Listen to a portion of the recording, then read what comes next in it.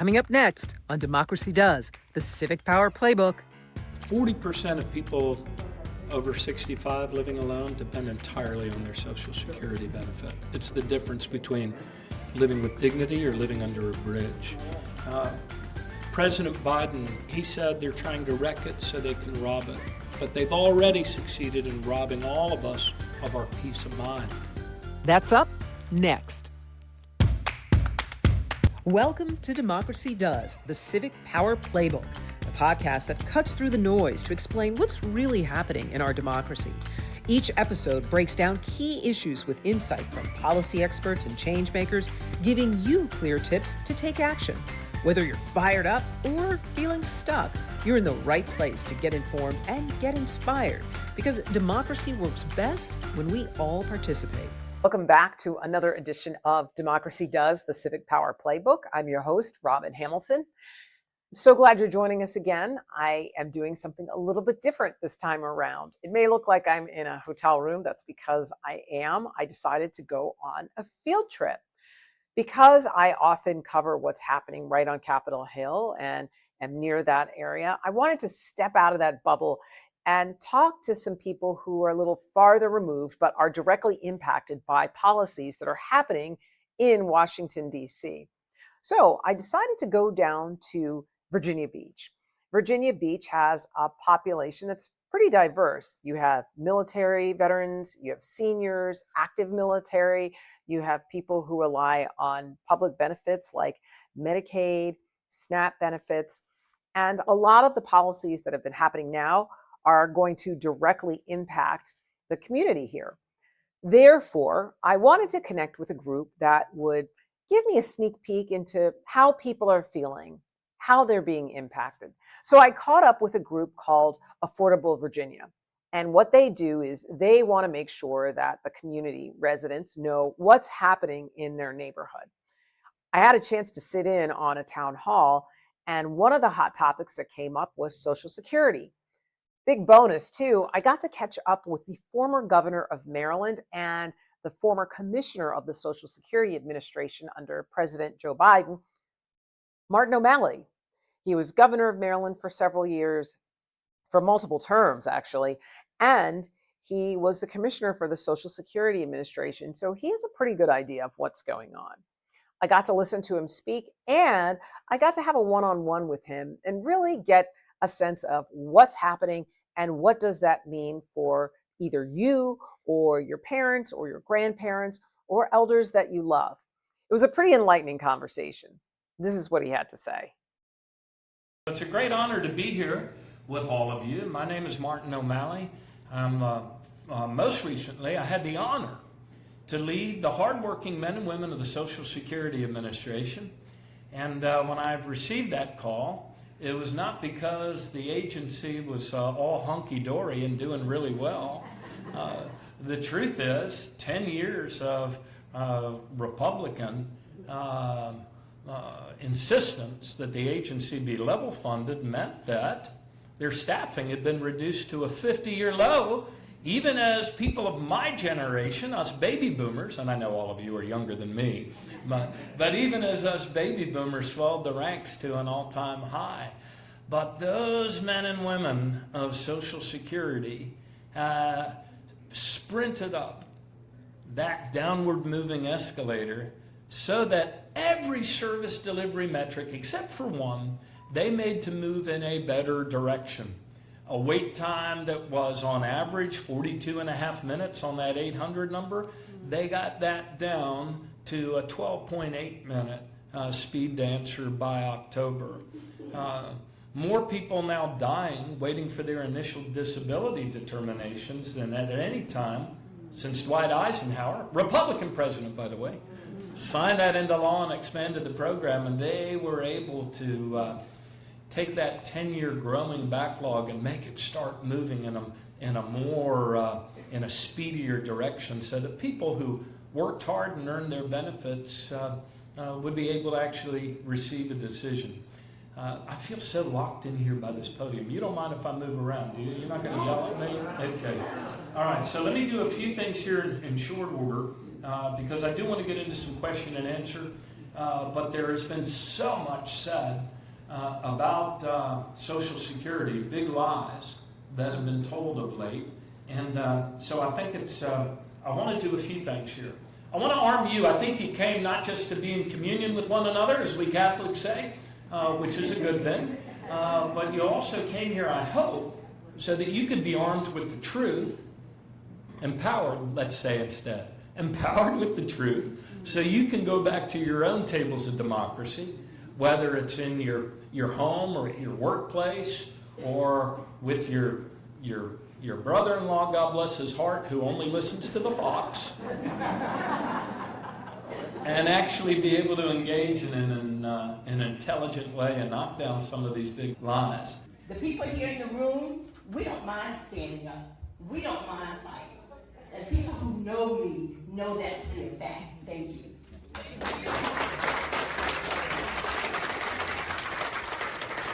And if I say anything here as I try to talk fast, that you want to check out, you can go to, I have a website called Win Back Our Country, or if you Google Martin O'Malley Social Security, it'll probably take you to that. And I've laid out in plain language with sites and authorities the rebuttals to all of the big lies that are told. Okay, so thank you so much. Do you prefer commissioner or governor? Well, you can call me Martin if you like to. Okay, so a lot of misconceptions about Social Security. I'm just going to run through them and tell me what you think. Big thing, people believe that it's a Ponzi scheme. What do you say to that? Yeah, Social Security is not a Ponzi scheme. In fact, it's a pay-as-you-go program that's been going on for 90 years without ever missing a monthly benefit. No Ponzi scheme has ever done that. Now, Bitcoin might be a Ponzi scheme, but not Social Security. It is a pay-as-you-go program, and unlike the Defense Department and some other agencies, it always gets a clear audit, whether it's being audited by Ernst & Young or Grant Thornton. You know, they rotate their audits, but not a Ponzi scheme. It's a pay-as-you-go program. It's been here for 90 years, and it can be here for another 90. What are your concerns about the fact that there have been a number of people who have been cut, who have been fired, and field offices have been closed? What does that mean for people being able to get their benefits? Yeah, it's a huge problem, because when I was Social Security Commissioner under President Biden, Congress had already reduced their staffing to a 50-year low. And now the Doge crew has come in, and they have actually been paying people with our money out of Social Security to quit and to leave. Also, some mass firings of whole offices, like the Office of Customer Transformation, Office of Civil Rights and Equal Opportunity. Just told people, you're fired today, put your stuff in cardboard boxes and get out. But where people are feeling this is when they call the 1-800 number, where we had gotten the speed down to about a 12-minute speed to answer. That's shot back up. And oftentimes you'll get hung up on by a robot. And if you try to go to a field office, you're going to have a much longer wait. I'll tell you a true story in just one family. I went to our local field office when I was first called by the White House just to kind of check it out, and I needed a replacement Social Security card. Walked out of there in 26 minutes, didn't have an appointment, and it was mailed to me, came in the mail 4 days later. My son recently had to go. He couldn't manage it online. He went to the place, he waited for 45 minutes, only to be told you've got to come back for an appointment in another month and a half. So that's what they're doing to Social Security. They're not only trying to destroy its reputation with falsehoods about waste, fraud, abuse, and other things, dead people taking our checks, none of which is true, but they're also trying to destroy its customer service. They can't get at that huge surplus that's in Social Security, $2.6 trillion that we've built up, unless they turn enough Americans against it. So they're trying to undermine consumer confidence, consumer trust in the agency. Perhaps they even want it to collapse so that they can create an emergency situation and do whatever the hell they want. Well, I'm glad you mentioned that, because what does that mean for people who rely on it? There are people who are worried that they are going to lose the only income that they have, or what they need for any type of emergency funds. What does that mean for them? Yep.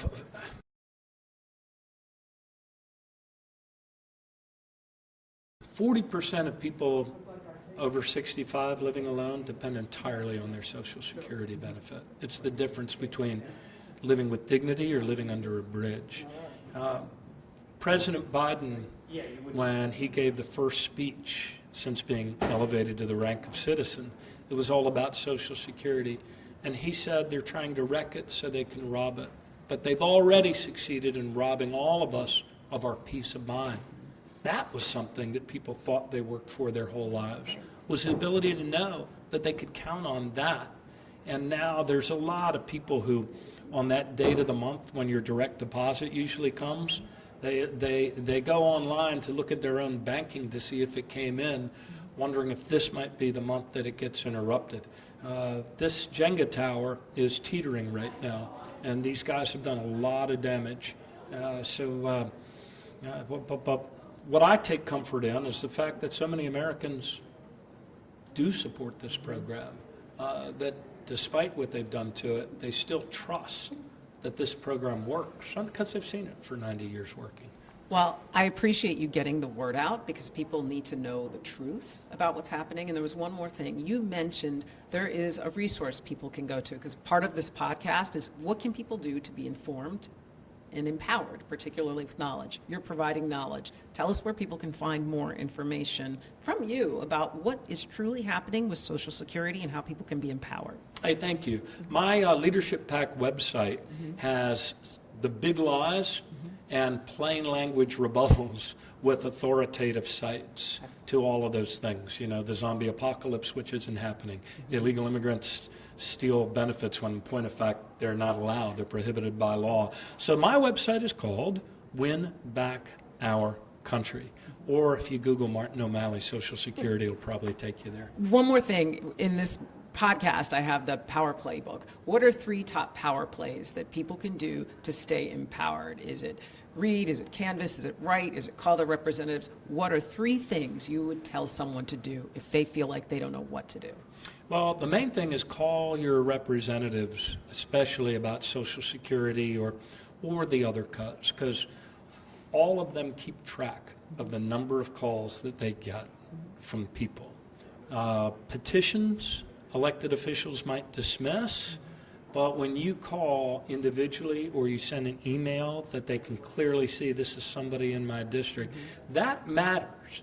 And because of the importance of Social Security, I know for a fact that when Republicans are in caucus and behind closed doors, they want the administration, many of them want the administration to take their hands off Social Security, because that's what they're getting so many complaints about. It's not like people only call their Democratic congressman when they can't get through the Social Security office. So call your congressperson, whether you voted for him or not, and write to him. Support a candidate that's running in the upcoming elections, wherever that is, whether it's local office or whether it's a congressional race. All of those are coming back up, and that's really the first opportunity the democracy will have to put the brakes on this authoritarian blitzkrieg. And third, I think people should consider running for office themselves. I mean, we had darkness makes a great canvas, and there are so many good people out there that I hope that what comes out of this second Trump term is a lot more people running for office at every level. Excellent. Thank you so much. Thank you for all that you do. Sure.